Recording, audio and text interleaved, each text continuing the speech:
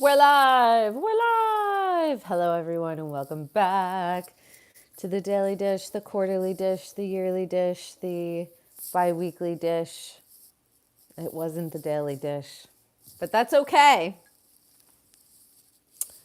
I've been busy, but I'm back, and I missed you. I'm having my midday cafe. Truly, honestly, I used to enjoy getting coffee out so much. It was a fun little treat. I couldn't wait to go. The coffee tasted better than what I could make at home.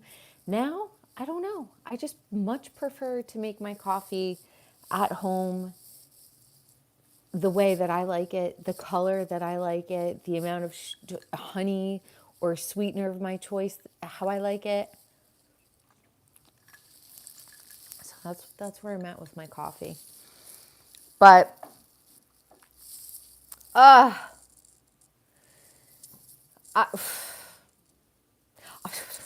talk about feeling the full moon. I don't know if you guys were feeling the full moon, but everything that all the astrologers said was going to happen did in fact happen. And I was like, oh my gosh, does it really have to be like this literal? It's like it is ripping open old wounds, rejection wounds from the past, bringing it to the future or the present. And I was like, cool, can't wait. Here we go. And it delivered as per usual. I want to say that female friendships are super tough. I understand why people make the friends that they have in elementary school, middle school, high school, college, and then they just like hold on to those friends. I completely understand why people do that. And as I've gotten older and moved around more, I understand why people stay in the same spot and just hunker down and keep the friends that they have always had. I get it.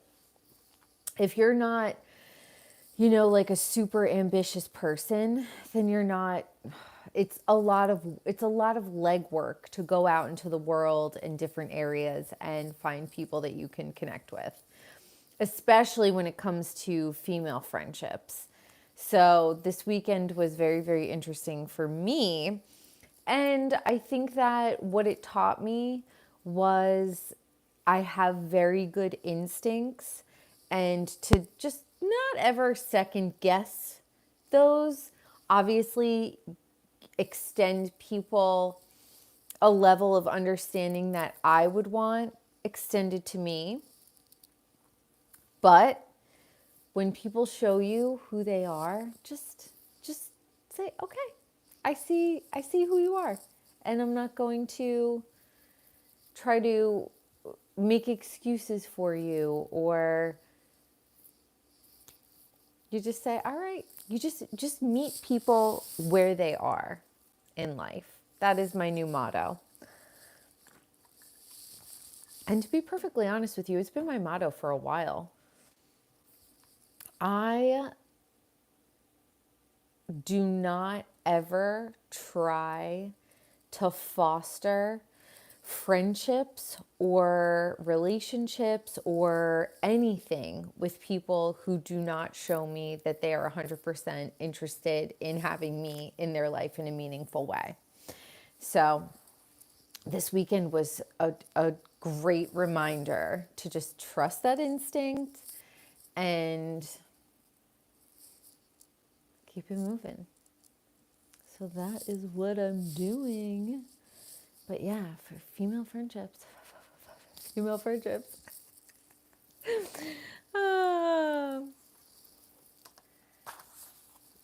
it's so important to surround yourself with good people and trustworthy people. And honestly, ask God if you're ever confused. Should I trust this person? Should I not trust this person? Literally just say, God, show me who this person is. And God will fucking immediately show you who that person is. Will not miss a beat. So, and then it's up to you whether or not you want to say, fuck, all right. it constantly feels like you have to go back to the drawing board. And that's okay. Like sometimes we feel like we're old, but we're actually not that old. But life feels long, but it's actually kind of short. You could like put all those things together. So, 40 is the new 30, 50 is the new 40. So it's okay. It's okay to start over. Some people don't become successful until they're like 50s or 60s. I think about Kris Jenner all the time. She really, like, she was always on the fringe of success because of her husband. And then when Caitlyn was Bruce, so she was always on the fringe of success, but she didn't achieve the level of Kardashian success that she has now until she was like 50. Because what is she, like 65 now? Or 67?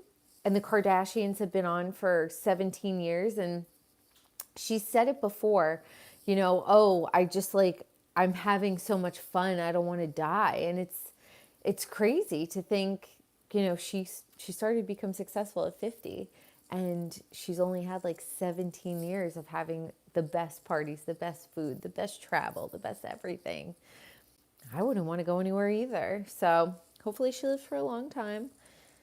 I know we all have whatever opinions about them and the Illuminati and, all that stuff, but who knows? I miss when they used to say Bible. And I love watching the reruns. Like, love watching the reruns.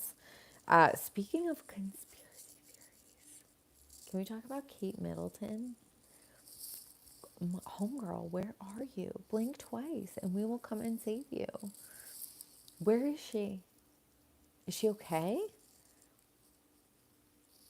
That is suspicious. I feel like Prince William has been messing around with Rose.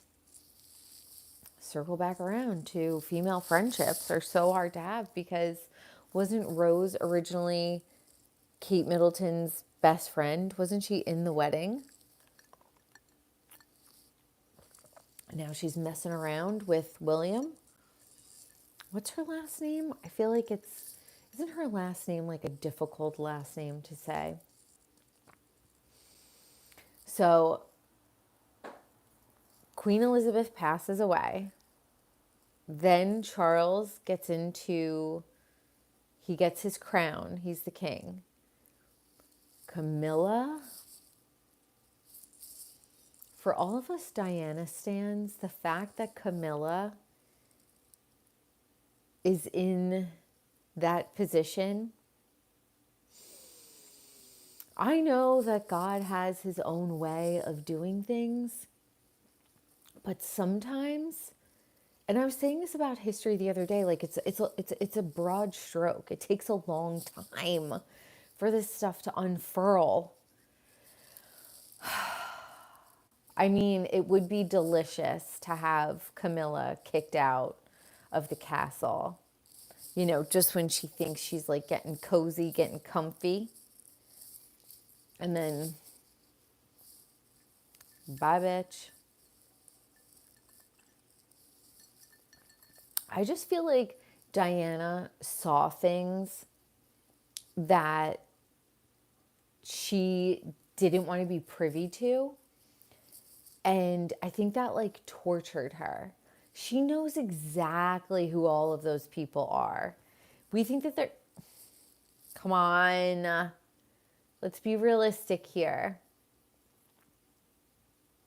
I would be terrified to have to socialize with them. Terrified. I don't want to play their reindeer games. I don't. Those are blackmail reindeer games. Okay? That's what those games are. Listen, when Dorinda said, she's like, oh, I love the English. the British, they have like the naughtiest sense of humor. And I'm like, yeah, we know. We know Dorinda. So Kate Middleton's gone. She's missing. Karma is unfolding before our eyes. You know, we have, why is it like frizzy right there? I don't even care. I mean, what do we think? Charles is soon? I don't think he'll last much longer. I don't know. I don't know. They're very hush hush, but where is Kate? Is she alive? Is she dead? They said that she had abdominal surgery. Here's the thing. They're like the same age as me. And I don't know if there was like, if the picture was like doctored or something, but her face looked like she had a lot weighing on her shoulders. Like a lot. Like it just looks burdened. It's not like, and that's like, this is the thing though about being royalty. It doesn't, you think it's going to be a good time, but it's really not a good time. It sounds like torture. And as much as I don't like Meghan Markle, I understand. I understand why they wanted to. She's like a California girl, but I don't know. What do you guys think? Do you think that Kate's alive? Do you think she pieced out of there? Do you think she's in a mental hospital? Like, these are all the rumors floating around. And I mean, I could totally see Kate having a mental breakdown if William confirmed, yes, I'm in a relationship with Rose and this is how it's going to be. What a dick, though. That's basically what his dad did to his mother. I feel like, why are we reliving the sins of our parents? Tiger Woods, his dad, he was like so upset that his dad was always cheating on his mom, turned around and became like a serial cheater. So she could have had a nervous breakdown because he's cheating. Or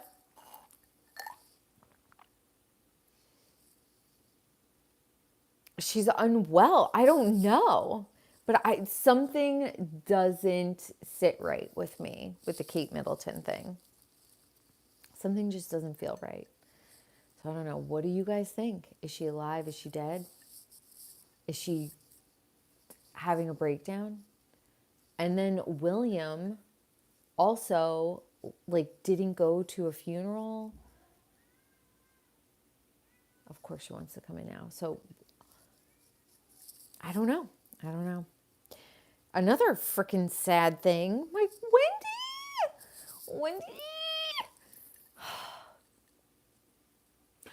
Like, I take this like personal, okay? Because I've been listening to Wendy. Like, does anyone remember when Wendy got into a physical altercation on air on Hot 97, and she then got fired and had to go and work in Philly, and so she did a radio show out of Philly, but that radio show ended up like we could listen to it in New York and New Jersey. So I've been listening to Wendy forever. And I remember when Wendy was on the Philly station and she was getting her own show, Charlemagne, like it was such, here's the thing about pop culture. We think that these shows are going to go on forever. We think that our favorite products are going to be made forever. Like, savor it when it's going on, because these things might not last forever. Like, I think about it all the time.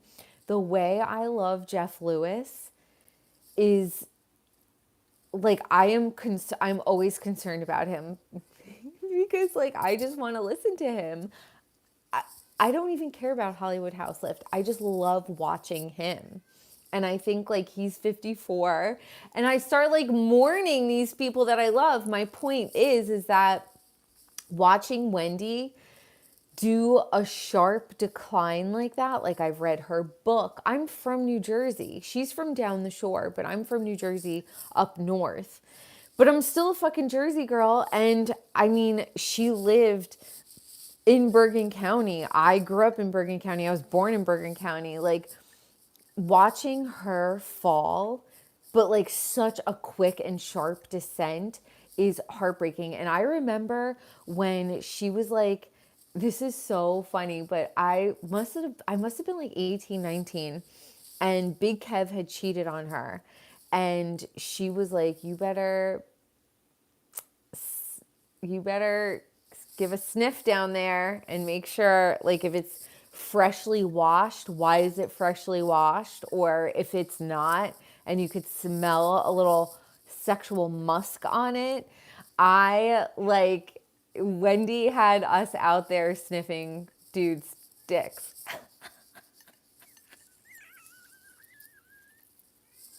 Because Big Kev cheated on her when she was pregnant with Little Kev. And I know that she had a miscarriage too. And then she had the stillborn. So, but she like loved Kev. She needed that like roughneck dude in her life. And I get it because she's like a bigger personality. But I'm pretty sure she bought her own engagement ring or something with one of her fiancés. She bought her own engagement ring. But like, yeah, Kev was always cheating on her. Always. And she did so many drugs. She went into the bathroom one time and hit her head and then left dead air for like 6 minutes or something like that. Which dead air in radio back then was the end of your career. So she came back, she made a comeback, she stopped doing blow. So we think, so we hope. But I guess she turned to alcohol then. Like, Wendy, why don't you just smoke a little weed? Why does it have to be like booze or cocaine? Like, just smoke a little weed. We don't have to go balls to the wall But I am devastated, and I have not watched her newest one, but I do remember watching the documentary that they did right after Kevin cheated, or like right as she was like finding out he was cheating. But I didn't see the new one. I just saw a few clips of it on TikTok, and I'm devastated. And I'm pretty sure like I cried about it a little bit because it took me back to being like an 18, 19-year-old driving on the Palisades Parkway in New Jersey, going to my hairstylist job in Demarest, and like taking the towels and like dropping them off, listening to Wendy, just like listening to Wendy on my way home.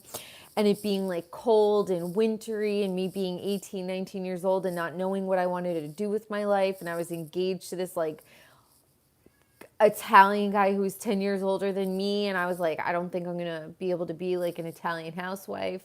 And just like listen, and her being like my comfort. She was my Jeff Lewis of 2002, 2003, 2001. You know what I mean? Like, she was my comfort.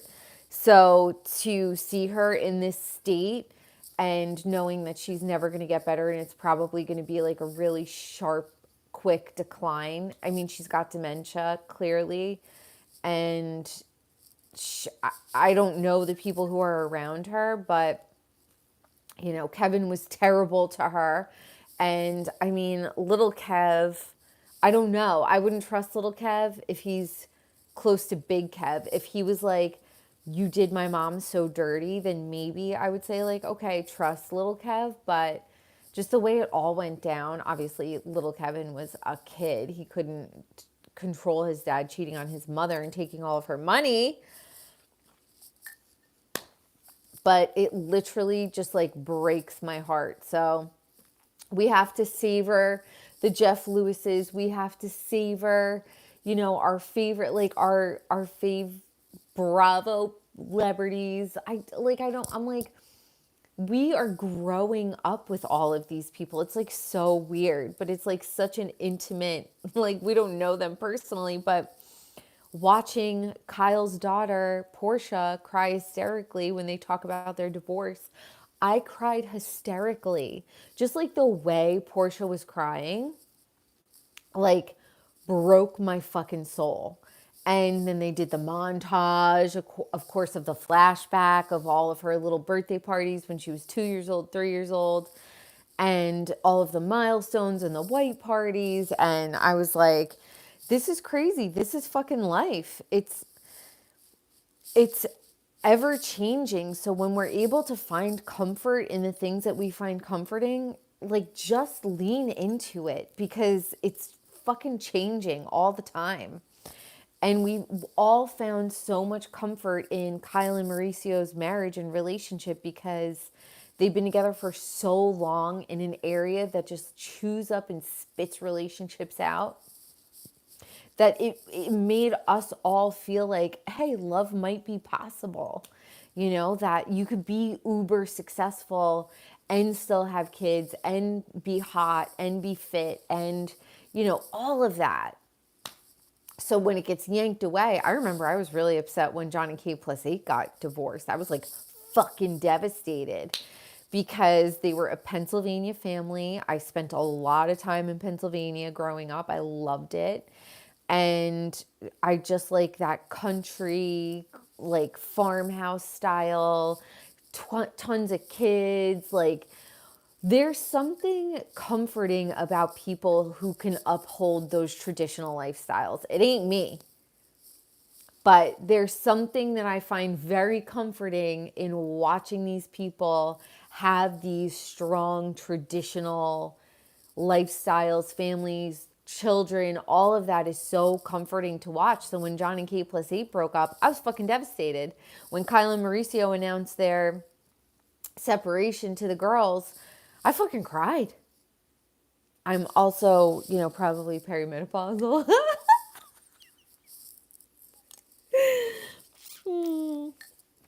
But I cried. Just the way Kyle went into stage mom mode was something I've never seen from Kyle. She was like, we're going to be okay. We're going to be fine. We're going to get through this. And she was so like, no bullshit. It is what it is. Portia, are you okay? But she was so together, and like Big Kathy was talking through her at that point. Like, it was pull yourself up by your bootstraps and get it the fuck together. We're going to be okay no matter what. And that I found comforting too. Like, because Kyle is normally a puddle of tears. I mean, really, she's always fucking crying. Same. So to see her pull it together like that, I was like, huh, interesting. Okay. This is asking for a new level of maturity in Kyle. She's going to have to stand on her own, live on her own, finish raising Portia. If they do decide to separate, who knows? We'll see. And then there's the whole scandal with Morgan and taking all the pictures down and all of that stuff. So who knows? We're going to see it all unfold. And I mean, the way Morgan was rubbing her hip, like, none of my girlfriends are rubbing my hip that way. None of my guy friends are rubbing my hip that way either. So who knows? Very interesting.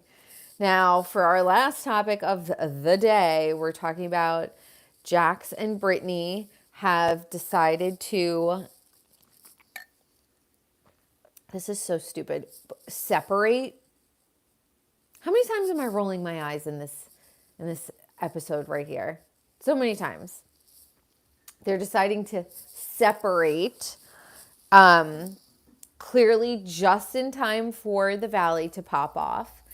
This is probably what Stassi was talking about on Jeff Lewis Live when she said, I don't want to be on it because I know it's going to be the same old thing as it was on Vanderpump, which is the boys going to Vegas, cheating, lying, all of that stuff. And Stassi was like, yeah, no, I don't want to be a part of that. I love her. I love her. I love her. I love her. I listen to her podcast sometimes. like for me, it's the whole thing. I want to see LA as the backdrop. I want to see their houses. I want to see their clothes. I don't want to listen so much as I want to see them, listen to them. Like it's for me, it's like the full experience is what I enjoy about them. But I do love her. I would love to see her on TV again, but I completely understand why she doesn't want to do the Valley. She's a fucking gorgeous husband. He's like, it's like him, Craig Conover, the new guy West from Summer House. We'll talk about Summer House tomorrow. Like, those are the kinds of guys that chicks like. Like a little bit of a dad bod, not fat, not skinny, but like a little thick, could like throw you around a little bit in the bedroom, has that natural swag. So yes, swaggy. I totally understand why Stassi wants to keep Beau safe and their relationship safe. Their family is adorable. I love everything about them. Can't wait to see them when they do decide to go back on TV. But I completely understand. I wouldn't want to be putting my relationship out there on a show that I would know would be like fostering all of those like toxic. You know, she battles with her dark passenger. And I think as a lot of women who've been cheated on or lied to or whatever, we all have like a little bit of that dark passenger where we're like, why aren't you answering my messages? Or who are you with? Or why is your location off? Like, that's the whole point of having it on. So all of that stuff, I completely understand. Anyway, my manicure is still holding up. I did chrome on it the other day, my own gel and chrome. But my nails grow so fast. They're getting so long, so I'm going to have to do them again soon. Anyway, I love you all. Thank you so much for tuning in to another episode of The Daily Dish. Don't forget to check me out on the TikToky. Don't forget to check me out on the Instagrammy. And I will see you. We'll talk about Summer House tomorrow. We'll talk about Southern Charm. No, Southern Charm's gone. We'll talk about the reunion. We'll talk. All right, guys. I fucking love you. Ciao, ciao. Habibis.